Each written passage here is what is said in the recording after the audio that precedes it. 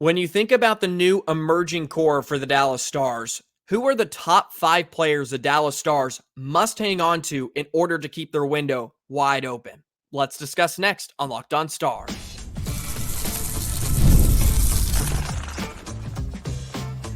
Your Locked On Stars, your daily podcast on the Dallas Stars, part of the Locked On Podcast Network, your team every day. Howdy, Stars fans. Welcome back to another episode of Locked On Stars, part of the Locked On Podcast Network, your team every single day. It's a pleasure to be with you. I'm Joey Erickson, former producer, 105 Through the Fan. Please be sure to subscribe. We are free and available wherever you get your podcast and on YouTube. And as always, thank you so much for making us a part of your day and making us your first listen. Happy Tuesday, Stars fans. I hope your week is off to a fantastic start. We have a lot of fun in store for you the rest of the week, including a special crossover edition with Locked On Predators tomorrow, and then a special crossover edition with Locked On Wild on Thursday. I was able to catch up with Ann and Seth respectively, and we get to talk Stars Preds, Stars Wild, and of course this crazy Central Division that the Stars will have to deal with next season. So a ton of fun on the way. Appreciate all you everydayers out there that are sticking around, chugging along this offseason, trying to keep it fresh, trying to keep it exciting. And today's episode is inspired by a Blackout Dallas article. They put out an article this morning headlining the top 5 players the Dallas Stars must hold on to. And I thought that was intriguing when you think about this Dallas Stars new core, some of the franchise cornerstones moving forward, and they have some important contracts they have to deal with, including Stankoven, including Bourque, including Wyatt Johnston. So who are the players that, if you were the Dallas Stars general manager, that you would not let go for any reason whatsoever? Let me know in the comment section below. I want to add a player to this list. So let's jump right in. Today's episode is brought to you by Game Time. Download the Game Time app, create an account, and use code LOCKEDONNHL for $20 off your first purchase. Terms apply. This article was written by Brian Sweet, by the way. Encourage you to go read it in its entirety. I will paraphrase some of it, but some really exciting stuff in this piece. First off, it says Stankoven, Johnston, Bourque, and Thomas Harley's contracts expire soon. I know the Stars fan base would hate to lose any of these players to teams in the Central Division. The Utah Hockey Club would probably salivate if they could persuade one of these players to move to Utah. Keeping any of the 4 in Dallas would be challenging with the salary cap increasing soon. Here are the 5 players the Dallas Stars must keep in Dallas. I'll go ahead and give you the first 5. Thomas Harley, Logan Stankoven, Wyatt Johnston, Mavrik, Bourque, and Jake Oettinger. Not a ton of disagreements there with those 5 players. Obviously, very important pieces to the Dallas Stars in the near future. Wyatt Johnston is probably number 1 in my book. You could argue Thomas Harley only because the Stars defense could be an absolute mess without him, especially if you think about Miro Heiskanen and his next contract. If the Stars aren't able to retain him, Thomas Harley could very well be your number 1 defenseman post Heiskanen. I don't envision that happening, but it is something that could become a reality. And the Stars have drafted so well, especially up front, that yes, letting go of Wyatt Johnston would be tragic, but maybe you can make up for it. But then again, I am not advocating for that whatsoever. Wyatt Johnston, I think, is still the number 1 priority for the Dallas Stars. And I love the way Brian Sweet sort of put it with Wyatt Johnston. Another player who could cause a riot if he's allowed to walk in free agency. Forget giving him a bridge contract. Give him the Brinks truck now. He didn't need a year down in Cedar Park to develop. He made the team outright after his 9-game tryout 2 seasons ago. Can you believe that? That 9-game little tryout he had, we thought, well, maybe he'll stick around or maybe he's going to be an absolute integral piece of your roster moving forward. It says Pete DeBoer even joked about hiding Johnson in his truck so he couldn't return to Windsor. That is the type of player that you move heaven and earth to keep on your team. Could not put it in any better words. Back up the Brinks truck. You pay Wyatt Johnston. He'll be a restricted free agent after the end of this year. And I think you're looking at an 8-year deal, somewhere around $8.5, $9 million with maybe a, a no move clause, maybe something like that. I don't know. I think he's going to do just fine is how I would put it. You're probably going to see a very similar deal to what Roope Hintz got. Roope really cashed in $8.45 million a year. He's in year 2 of 8 right now. So I think you're looking at 8 years, possibly $9 million. It could be upwards. And I think he would be worth every single penny. I think Johnston has a higher ceiling than Roope Hintz. And Roope has been the number 1 center here in Dallas for a few years now.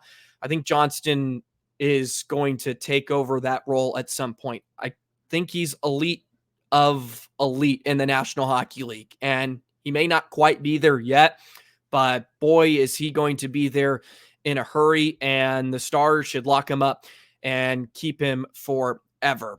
So Stankoven is an obvious good one as well. No problems with that. Stankoven, just 21 years of age. I think he's the perfect embodiment of the Stars moving forward. A guy that just has a high motor. He just buzzes around. He creates havoc. And after what we saw in just such a short sample size last season, I mean, I think you're truly looking at a player with the potential of being a 30 goal scorer year in and year out. The potential of that. I think he's still more of a playmaker, but man, I think you're looking at a guy that's around 25 to 35 goals a season. And 24 games, he had 14 points. And that was him still getting his feet wet and still learning how to play in the National Hockey League. You get a full year of Stankoven. He is going to be a thrill to watch, and I think can do a lot of damage. Brian Sweet says there might be a riot at the Stars front office in Frisco if Stankoven were to leave the Stars. Stankoven quickly became a fan favorite after being called up late in the season. He provides quality minutes for the Stars despite his 5'8" height. Even though he only scored 6 goals during the regular season, fans can expect much more from him now that he has some experience at the NHL level. And yeah, 6 goals is nothing to necessarily jump up and down about, but his value is stretched out a lot larger than his goal scoring ability. Even in the playoffs, that rang true immensely. It wasn't like he was racking up points left and right, but boy, he makes things happen. He creates scoring chances with his skating ability and just his pure skill. The more he understands and figures out the game, it's going to become easier to him. And I think you're looking at a guy, like I said, 25 to 35 goals a season. I don't know if he's going to get there quite yet next season. It could happen because he'll be playing some big minutes and he could be playing alongside some very, very talented players. I guess my one pushback on which player the Stars should keep of one of the top 5, and maybe this didn't include players in the AHL, but if I had to replace one of them for the sake of the argument, I think it would be Mavrik Bourque, and I would put Lian Bichel into this conversation. He feels like a very, very key part to the Dallas Stars' Stanley Cup chances in the next 4 to 8 years. He feels like the Evan Carter or Wyatt Langford. I think you could even throw Jack Leiter a bit into that conversation, where this is a prospect that you need him to be everything you thought he could become in order to get over the hump. And maybe that's a bit hyperbolic at this point, but Bichel at 6'5", a left shot, is going to be a top 4 defenseman with the Dallas Stars for years to come. And if he can live up to that potential and be an absolute stud, you look at Harley, Heiskanen, and Bichel, my goodness, that is the start of a decor that can do some damage for years to come. He feels like that one cog, maybe the missing piece for Dallas that they don't necessarily have right now with Lyubushkin and Dumba, who are good players. And I know some of you think I'm over-exaggerating about their weaknesses, which is fair. Like I said, I would like to leave some of my reservations for October and November when the games start to pile up. But when you think about next year, and Bichel may get the opportunity to step in early this season at some point, but the year after that and 2 years down the line, he needs to be a top 4 defenseman with the Dallas Stars. And you're looking at a really, really strong core. And as much as I love Mavrik Bourque and think he's going to be a really nice player in the NHL, I think when you have guys like Stankoven and Johnston, you can live with possibly passing up on Bourque. And I think I had this conversation a bit earlier in the offseason as well about if you had to choose between Johnston, Stankoven, or Bourque, or if you had to let go of one, who would it be? And I think I came to the conclusion of Bourque too. And he could absolutely throw these words right back into my mouth next season. Frankly, we just haven't seen him with the Dallas Stars enough. He's going to get his opportunity, and maybe he outshines Johnston and Stankoven. And then we're thinking, you know what? Maybe we can deal with letting Stankoven go. Maybe we can deal with letting Johnston go. I don't foresee that happening, but it is a conversation that could possibly arrive. But I think my pushback would be Mavrik Bourque replaced with Bichel. He just feels like so important, not only because the Stars have struggled to develop defensemen, really struggled to develop defensemen, especially on the right side. Harley is one of them. Miro, for the sake of the conversation, was developed by the Stars, but he was kind of ready to go from day one. I mean, he was the 3rd overall pick. Bichel is this like shiny project that needs to turn out because the Stars have not shown the ability to do that recently, especially developing high quality defensemen within their organization. And to some degree, that's why we are where we are right now. Having Lyubushkin and Dumba having to go out and just get some bodies that can play some minutes for you this next season.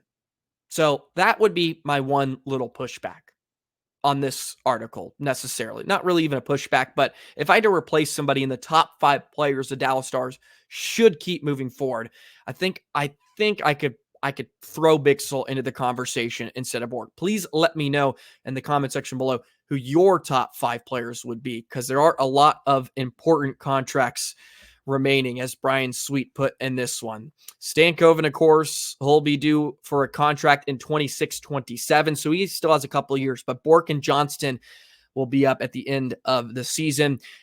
I think you could bank on Bourque getting a bridge deal. Johnston, I think you sign him long-term, lock him up. Bourque, maybe 4-5 years, a little bridge deal before he really cashes in. Okay, let's continue this kind of discussion of franchise cornerstones, because it really is this new age of Dallas Stars with Seguin and Benn being on their way out.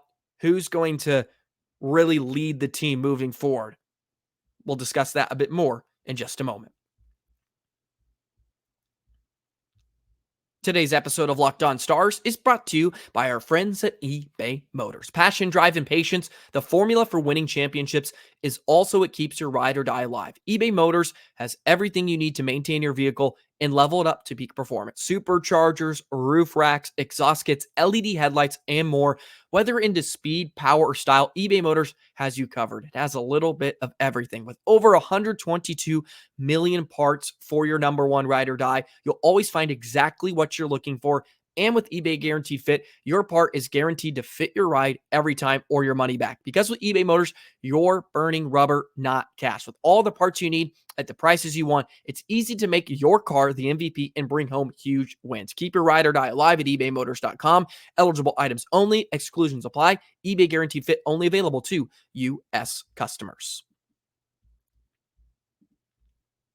Hey, Stars fans, if you love Locked On Stars, be sure to check out other Locked On Podcast Network shows, especially in the Metroplex, including Locked On Cowboys, Mavs, and Rangers. Show them some love as well. But as always, keep coming back to Locked On Stars. We're discussing Lone Star hockey every single day. Shout out to all you wonderful listeners. This has been a lot of fun and not as challenging as I thought it would be, with some of the lack of consistent news that is coming out at this time of year. I've just had a lot of fun playing fantasy GM a bit and engaging with you guys in the comment section. Please keep your comments rolling in. I love seeing the engagement between just fellow listeners and myself down in the comments below. A lot of fun. Some great lineup projections from yesterday's episode. If you did not check that out, please do. Yesterday's episode was another lineup projection for the Dallas Stars on opening night. And some of you came up with some really intriguing options. One that I loved, and it was like the young kid line, Johnston, Stankoven, and Bourque. Ooh, man, that is really, really intriguing. I think I would love to see them together, and they have been on the top line. Look, I kind of like that too. Ben, Roope, and Robo, that could be a really intriguing line. I think that would be a fun experiment for Pete DeBoer. So we'll see how it all shakes out here in the next couple of months. But speaking of Jamie Benn, the old core is sort of on its way out, and by old core, only seems to involve Jamie Benn and Tyler Seguin, who were, of course, the two pieces for the Dallas Stars for quite some time now. Seguin will be up at the end of 27-28, and then, of course, Jamie Benn is headed into the final year of his contract. So you think about who are the franchise cornerstones moving forward. If I had to do a Mount Rushmore, year 4, Jake Oettinger has to be in there. And I do want to share what Brian Sweet said about Jake Oettinger as well, because he included him in his top 5 players the Stars should keep. Unless a 6'7" goalie comes along in the NHL draft, the Stars will keep Oettinger for the foreseeable future. The only thing to watch with his contract negotiations is some absurd contract his friends are getting across the league. The Stars might be unable to keep him if he wants an 8-year extension. He proved to be a reliable goaltender during the playoff run last season. Let's see if the Stars can swallow the fact that he might be worth an 8-year extension. And I've certainly hinted at the fact you're probably going to have to give him 8 years, $7.5 to $8 million. It feels like maybe possibly 8.5. It just feels like that's the price you have to pay. It's the goalie tax. And I think Oettinger is your franchise cornerstone. Not only do I think he's a great player, but he's a goaltender. It is the most important part. He will be more important than anybody else moving forward if the Stars want to win a Stanley Cup, right? It's just you have to have really solid goaltending. And you can have some pushback with the Oilers and Stuart Skinner, but if you're not going to have like 2 of the top 5 players in the world, then maybe you got to have a decent netminder. Okay. The Oilers kind of went the unconventional way, but I'd have Oettinger in there. Jason Robertson is another cornerstone. Wyatt Johnston would be up there too. And Miro is in there as well. I mean, he's only 25 years of age. He is your franchise guy. Those feel like the 4 players for Dallas, and they're all 25 years of age or younger. Miro at 25, along with Robertson. And then, of course, Johnston at 21. And then you have Otter, who was 25 as well. And it's weird not to put Roope Hintz into that conversation, but I think if we really sit down and have an honest conversation about Roope, he is a wonderful, wonderful player for the Dallas Stars, a really good one at that. But he's not always the most reliable, especially come playoff time. And his postseason prior to this last one was phenomenal. The best Stars player in the postseason, 24 points in 16 games. But you know, he's had his fair share of injuries, and you haven't always been able to count on him in really do or die situations. And that's why I think Wyatt Johnston sort of is going to be that player that can shoulder that load. And it's not that Roope Hintz isn't a great player, but when I think about, the franchise faces, I see Johnston before Roope Hintz, and I really don't mean that as a slight, but he is just that good at this age with 65 points in 82 games last year.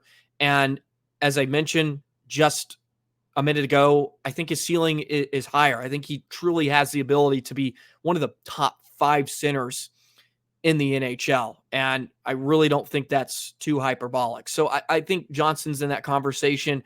Robo, I feel like, is due for a bounce back year. And he had 29 goals in a down year, which is not too shabby. I think he'll get back to being really, really good, or at least finding that goal scoring touch.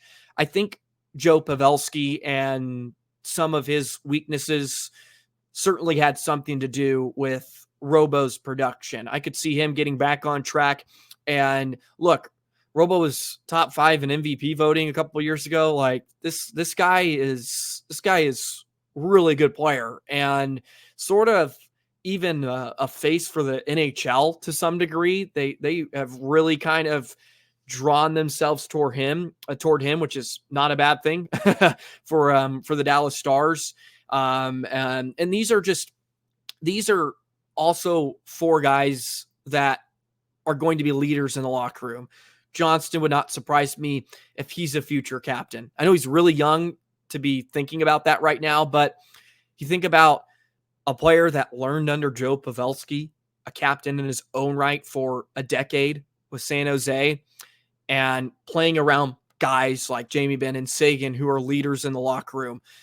He feels like a captain of the future of the Dallas Stars. And I know there was a lot of discussion, and people would float the idea of possibly Ty Dellandrea being the next captain. Obviously, that's a bit out of the question now with Dellandrea being in San Jose. But I think if I had to choose the next captain for Dallas Stars after Jamie Benn somewhere down the line, it feels like it would be Wyatt Johnston. I wonder if you have a different inclination on that. I feel like Johnston feels like the perfect pick. As much as I love Miro, and I think he's the best all-around Dallas Star, not necessarily gives me the captain vibes, but he has really taken on a more leadership role. You hear the rumblings around the locker room about him really becoming like a leader, especially on that back end.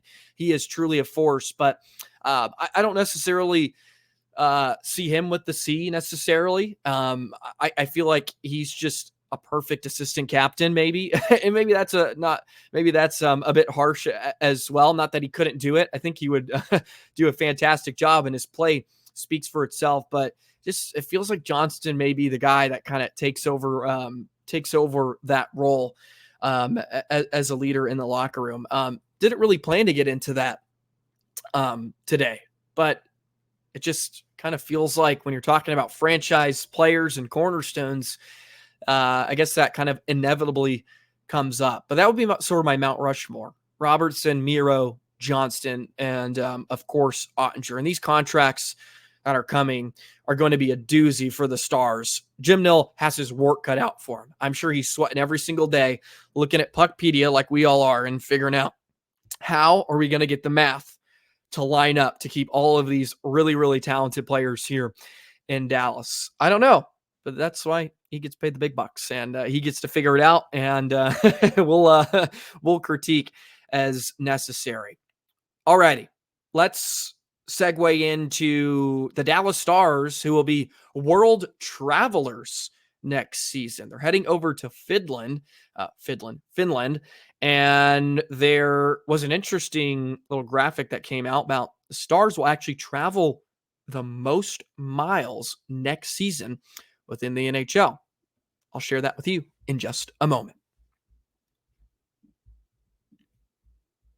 Today's episode of Locked On Stars is brought to you by Game Time. Game Time takes all the guesswork out of buying tickets. It's the authorized ticket marketplace of Major League Baseball, which makes getting tickets faster and easier. Prices on the Game Time app actually go down closer you get to first pitch. With killer last-minute deals, all-in prices, views from your seat, and their lowest price guaranteed, Game Time takes the guesswork out of buying MLB tickets. And that is the key word in that last phrase, views from your seat. You're going to a new arena, a new ballpark.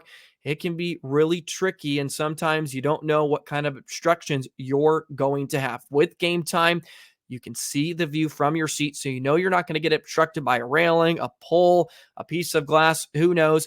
And when you get to your seat, you get a full unobstructed view, and you can enjoy your time at the ball game. Game Time will also credit you 110% of the difference if you find a seat for cheaper in the same row for less. Take all the guesswork out of buying tickets with Game Time. Download the Game Time app, create an account, use code LOCKEDONNHL for $20 off your first purchase. Terms apply. Again, create an account and redeem code LSCKEDONNHL, LOCKEDONNHL for $20 off. Download Game Time today.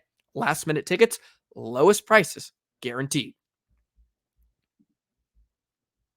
So the Dallas Stars will be world travelers next season when they are headed over to Finland to take on the defending Stanley Cup champions, the Florida Panthers, on November 1st and 2nd. That will be a ton of fun in the NHL Global Series. And this was thrown out on Twitter via TJ Stats, the NHL team travel distance miles in the 24-25 season. And yes, they did include the trip to Finland in this one. So not much of a surprise, but the Dallas Stars will actually travel the most distance by miles next season at 56,700 miles. And when you think of Dallas, you don't think of always a ton of big travel with them being centrally located within the United States. So you're going east, you're going west, or you're going straight north. It's actually a really nice location in terms of travel. But you add Finland in there, it'll certainly add to your mile total. By the way, since I know you all came here, the amount of miles it takes to get to Finland, where the Dallas Stars will be going, distance from Dallas to Tampere, 5,125 miles. There you go. I did all the dirty work for you. Don't even have to go to the Google and look it up. That's what I bring to the table, Stars fans. 5,125 miles. So just over 10,000 miles there and back.